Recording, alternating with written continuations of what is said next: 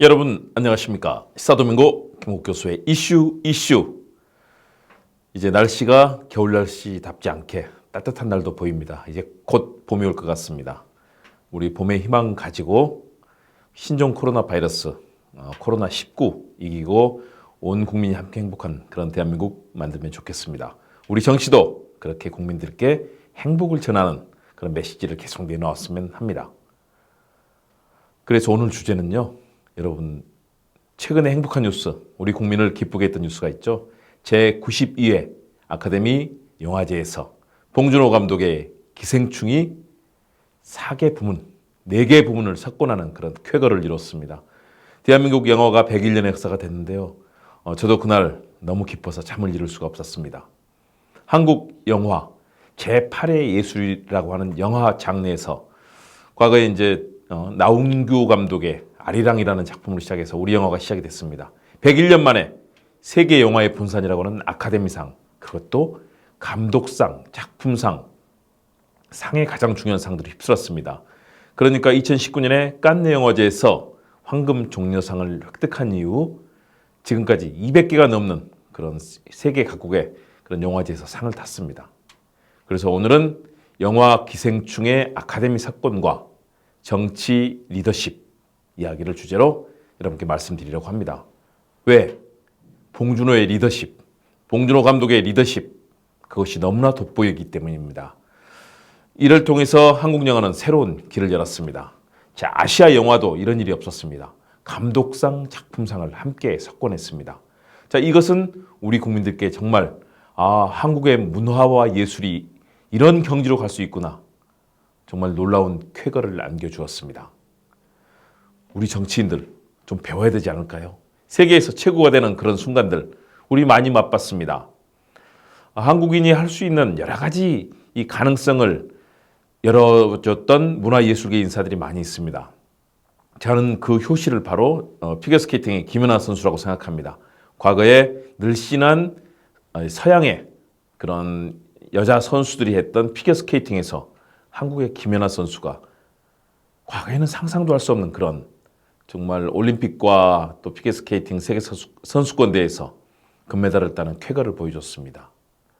그리고 요즘은 BTS 방탄소년단이 세계를 흔들고 있습니다. 그런데 이 봉준호 이 쾌거는 정말 우리 국민들에게는 놀라운 일입니다. 왜? 다른 분야보다도 이 아카데미라는 곳은 사실상 유색인종 또 흑인이라든가 이 동양계에는 접근하기 어려운 곳이었습니다. 다 백인 감독들, 백인 배우들 그리고 백인 스태프들이 다 상을 가져가는 싹쓸이하는 곳이었습니다. 어쩌다 하나 배려식으로 아시아계를 넣거나 또는 아프리카라든가 이런 곳을 넣었는데 이번에 우리 봉준호 감독이 이 쾌거를 이뤘습니다.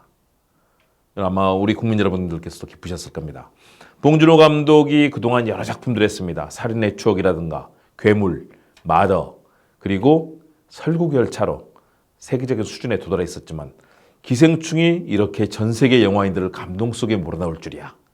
정말 모두가 놀라운 그리고 함께 기뻐하는 그런 쾌거였습니다.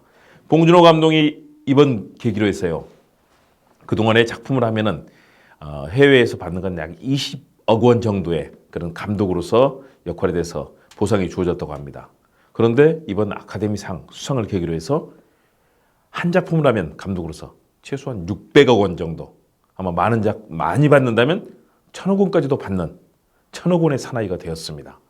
이제 봉준호 감독이 쓰는 시나리오, 계획, 구상, 작품 그리고 그 영화의 완성도까지 전 세계가 함께 책임지면서 만들어가는 그런 장이 됐습니다. 그것을 우리 스스로 우리 배우들이 외국 배우들이 들어오는 것이 아니라 우리 송강호라든가 조여정 이런 많은 배우들이 우리 스스로의 실력으로 또 우리의 자본으로 또 우리의 감독의 그런 역량으로 만들어냈기 때문에 더욱더 기쁜 일입니다. 그동안 오스카상이라고 불리는 아카데미상은 정말로 우리 동양계에는 인색했습니다. 그러나 그런 쾌거를 열었습니다. 4개 부문, 여러분 장편 영화상 그리고 작품상, 감독상에 대해서 각본상까지 그러니까 정말 중요한 상들은 다 휩쓸었다고 봅니다. 물론 외국인들에게 알려지는 중요한 나무주연상, 여우주연상 이런 배역들은 역시 서양인들이 또 가져가는 거죠. 그렇지만 우리는 상상할 수 없는 그런 높은 경지의 예술을 만들었습니다. 바로 봉준호 감독이 만들어낸 쾌거이고 기쁨입니다.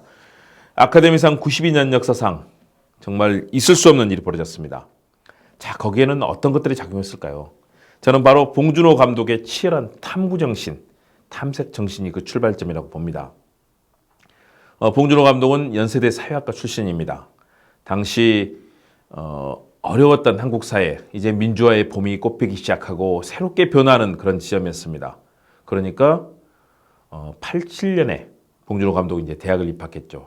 바로 87년 민주화 항쟁 시대 봉준호 감독은 자신의 영화의 꿈을 꿈꾸면서 사회학이란 공부를 했고요. 영화 감독으로 데뷔했던 97년 경쯤에는 김대중 정권이 집권하면서 표현과 예술의 자유가 보장되기 시작했습니다.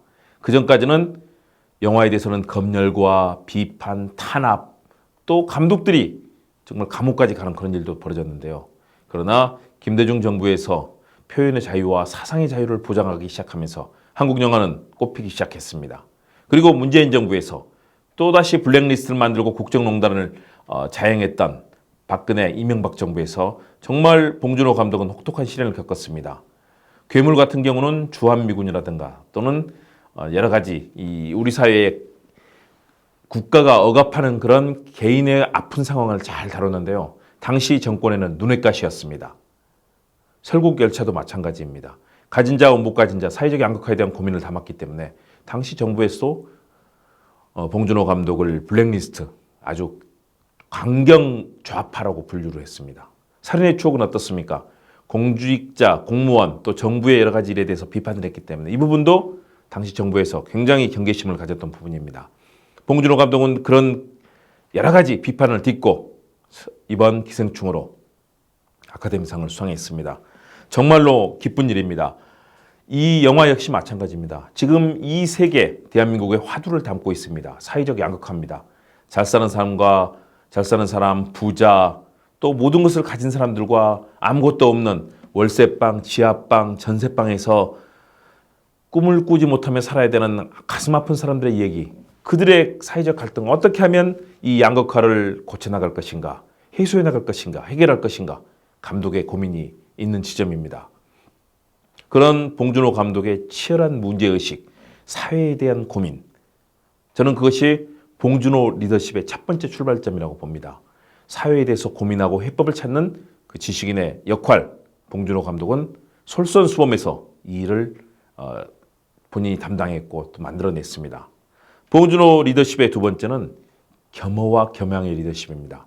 봉준호 감독은 일을 할 때 혼자서 모든 것을 주도하지 않고 같이 일하는 스태프들과 끊임없이 상의하고 또 어떤 상황에 대해서 서로 간의 이해관계가 맞지 않을 때는 밤샘 토론, 끊임없이 토론하면서 일을 만들어갔다고 합니다. 그러니까 촬영 감독은 자신이 이해할 수 없는 부분에 대해서는 봉 감독과 같이 계속 토론하면서 답을 찾아나갔다고 얘기를 합니다. 그만큼 다른 사람들을 배려하는 그런 모습이고요. 같이 일하시는 청소하시는 분, 또 허드렛 일을 하시는 분에게도 항상 예의 바르고 그분들을 존중하는 모습을 보였다고 합니다. 그리고 사회적 약자들에 대해서도 봉 감독은 끊임없이 배려하고 나누는 그런 모습을 보였습니다. 바로 그런 겸허와 배려의 리더십이 또 다른 기생충, 이 세계 영화 시장 석권의 이런 핵심적인 요인이 됐습니다. 세 번째 요소는 역시 봉 감독이 보여줬던 결단력입니다. 여러 가지 문제가 닥칠 때마다 단호하게 그 해법을 찾아내고 함께 일을 만들어서 가는 리더의 결단력을 보여줬습니다. 결단력은 정말 중요한 것입니다. 결단을 할 때, 해야 될 때 하지 않는다면 그 리더는 사실상 리더로서 존경을 받을 수 없고 일을 해나갈 수 없습니다. 그러나 봉 감독은 중요한 순간에 영화에 투자를 받을 것인가, 기획을 해낼 것인가, 그리고 이 시점에서 어려운 충무로에서 영화를 만들어낼 것인가, 이런 결단의 시점에 고독하지만 외로운 결정을 내리고 스스로가 그 짐을 짊어졌습니다. 그런 결단의 리더십은 정말로 소중한 것입니다. 네 번째는 의사소통의 리더십입니다. 아까 말씀드린 것처럼 봉 감독은 혼자서 결정하지 않았습니다. 같이 하는 배우들과도 끊임없이 토론을 했고요. 오죽하면 송강호 배우가 이제는 국민 배우에서 세계 배우로 발돋움한 송강호 배우는 항상 봉준호 감독의 작품에 대해서 같이 토론하고 같이 얘기를 나누면서 존경할 수밖에 없었다고 합니다. 그런데 여러분, 송강호 배우가 봉준호 감독보다 2살 많습니다. 더 나이 어린 사람에게도 이런 감동을 받을 수 있는 것, 바로 의사소통의 힘입니다. 그런 측면에서 우리는 봉준호 감독의 그런 탁월함을 보았습니다. 또 하나는 봉 감독 스스로가 보여주는 헌신과 또 상대에 대한 존중입니다. 봉 감독은 아카데미 수상식장에서 마틴 스콜세지 감독의 얘기를 했습니다. 수상 소감을 얘기하는데 그 얘기를 하죠. 가장 개인적인 것이 창의적인 것이다. 그 얘기를 던집니다. 어디서 많이 들어본 멋있는 말인데요. 그러고 나서 봉 감독이 그런 얘기를 하죠. 바로 너무나 제가 존경하고 좋아했던 마틴 스콜세지 감독의 이야기다라고 말합니다. 같이 감독상을 놓고 경쟁했던 스콜세지 감독이 객석에 앉아 있는데 그 얘기를 합니다.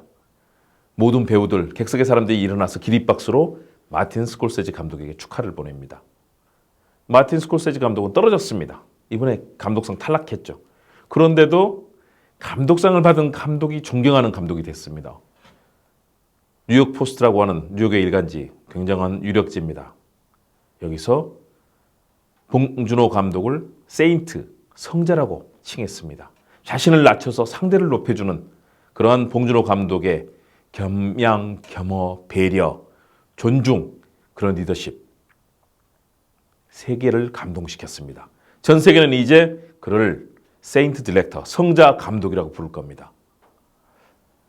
영화는 끊임없이 세상의 아픔을 탐색해 나갑니다. 송강호, 기택이라고 하는 아빠를 중심으로 함께하는 이 최극빈층 가정, 바퀴벌레랑 같이 살아야 되고 와이파이가 터지는 곳을 찾아서 지하의 방 곳곳을 움직여야 되고요.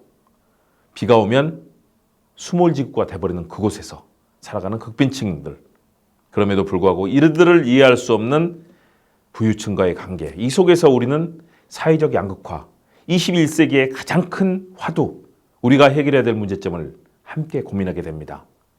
극장에 들어가서 영화를 보는 순간부터 저도 개봉 직후에 영화를 보러 갔습니다. 보자마자 이것은 정말로 엄청난 영화다라는 생각을 했었는데요. 같이 갔던 한 작가는 세계를 흔들 것이다 라고 예언을 했습니다. 그대로 적중했습니다. 이 영화를 보면서 우리는 많은 것을 느끼게 됩니다. 세상을 바꾸는 힘, 세상의 문제들, 사회적 양극화, 경제적 양극화로 고통받고 있는 이 지구촌의 문제를 어떻게 같이 해결할 것인가. 우리는 극빈층과 최상층, 최부유층의 삶을 통해서 그들이 가진 고뇌와 아픔, 그리고 이것을 어떻게 해결할 것인가에 대한 단초를 찾게 됩니다. 그런 측면에서 기생충이라고 하는 이 멋진 영화는 21세기의 문제점을 함께 고뇌하고 풀어갈 수 있는 화두를 제공합니다. 그런 측면에서 봉준호 감독의 시선은 따뜻하고 멋집니다. 우리는 그의 열정과 노력 함께하면서 세상을 바꿔나가야 될 겁니다. 이렇게 겸손과 겸양, 의사소통, 결단력, 그리고 또 하나 더 있습니다. 유머의 리더십입니다. 봉준호 감독 계속 웃깁니다. 상을 받고 나서 밤새 술 마시러 가야 되겠다고 얘기합니다. 많은 사람들이 웃습니다. 긴장했던 사람들, 경쟁했던 사람들을 풀어주는 따뜻함이 있습니다. 봉 감독을 통해서 우리는 세상을 살아가는 따뜻한 미소와 유머를 읽게 됩니다. 그런 측면에서 저는 오늘의 사자성어를 여러분께 몇 개를 좀 준비를 했습니다. 첫 번째는 역시 군계 일학입니다. 그 수많은 새들, 닭 중에서 학이 한 마리 있다는 이 군계 일학. 여러 무리의 평범한 사람 중에서 뛰어난 한 사람을 가리켜서 우리가 군계 일학이라고 부릅니다. 봉준호 감독은 세계를 대표하는 군계 일학이 되었습니다. 그가 더욱더 엄청난 역사를 만들어주길 바랍니다. 그가 만든 역사는 바로 파천황의 역사에 있습니다. 파천황, 여러분, 지금까지 아무도 세상에서 이루지 못한 일, 하늘을 뚫고 가는 파천황입니다. 누구도 이루지 못했던 그런 업적을 우리가 흔히 파천황이라고 부르는데요. 봉준호 감독은 한국 영어사, 세계 영화사, 아카데미 영화사, 세계 문화사, 그 역사에 새로운 길을 뚫었습니다. 파천황의 감독입니다. 그에게서 볼 수 있는 것은 바로 마부위침해 또는 마부작침이라고도 부릅니다. 끊임없이 쇠를 갈아서 바늘을 만드는 끊임없는 노력으로 성공을 일군다는 마부위침, 마부작침의 그 힘을 우리는 봉준호 감독에게서 볼 수 있습니다. 봉준호 감독 영화를 공부하고 끊임없이 노력하면서 하나하나의 작품마다 자신의 정성을 담았습니다. 이제는 미래를 바꾸는 힘을 만들어냈습니다. 바로 마부위침의 그런 성과였습니다. 또 하나는 그래서 저는 봉준호 감독에게서 극기상진이라는 그 말씀을 드리고 싶습니다. 스스로를 이기고 앞으로 나간다라는 것인데요. 봉준호 감독은 블랙리스트에 올라가고 정부로부터 탄압을 당하면서도 자신의 예술세계, 영화세계를 키워왔습니다. 바로 극기상진의 힘입니다. 영화 기생충에는 몇 개의 아주 멋진 대사가 나옵니다. 제가 그 몇 개의 명대사를 소개해드리겠습니다. 거기서 아버지인 기택이 이야기합니다. 아들아, 너는 계획이 다 있구나. 아들의 계획에 대해서 감탄하는 모습입니다. 문재인 대통령도 이 대사를 이용해서 국정에 대한 이야기를 해서 한때 화제를 모았습니다. 아들아, 너는 계획이 다 있구나. 이런 얘기를 했고요. 또 하나는 그런 얘기를 했습니다. 가장 완벽한 계획이 뭔지 아니? 무계획이야. 이런 얘기를 합니다. 아무런 일을 또 여러 가지 일을 하고 싶어도 계획대로 되지 않는다. 그래서 가장 완벽한 계획은 무계획이다. 허탈하지만 그런 삶에 대한 이야기를 기택은 하고 있습니다. 그런 아들은 대답합니다. 제가 그 집을 사면 아버지는 계단을 걸어 올라오기만 하시면 됩니다. 자, 이루어지지 않는 꿈입니다. 좋은 집, 행복함. 아들은 살인을 저지르고 사라져간 아버지, 그 돌아올 날을 기다립니다. 그 집을 사면 아버지는 계단을 걸어 올라오면 됩니다. 지하실 어딘가에서 응거하면서 스스로의 자취를 감추고 있는 아버지에 대해서 얘기했던 말. 또 하나의 이 기생충의 화두는 냄새입니다. 여기서 기택에게 살해당하는 박 사장이 그런 얘기를 합니다. 냄새가 선을 넘지. 가난한 사람들의 냄새, 뭔가 후줄근한 냄새에 대해서 박 사장이 비판을 하고요. 그 때문에 결국은 기택은 박 사장을 죽이게 됩니다. 냄새는 바로 사람을 가르는 경계선이고 사람을 차별하는 그런 잘못된 경계의 의미를 갖고 있습니다. 냄새가 선을 넘지. 역시 고민할 수밖에 없는 하층민, 때에 절고 땀에 절어 고통받는 삶을 살면서도 끈질기게 세상을 바꿔나가는 그런 하층민의 삶에 대해서 상류층과 어울릴 수 없는 그런 한계를 냄새를 통해서 표현합니다.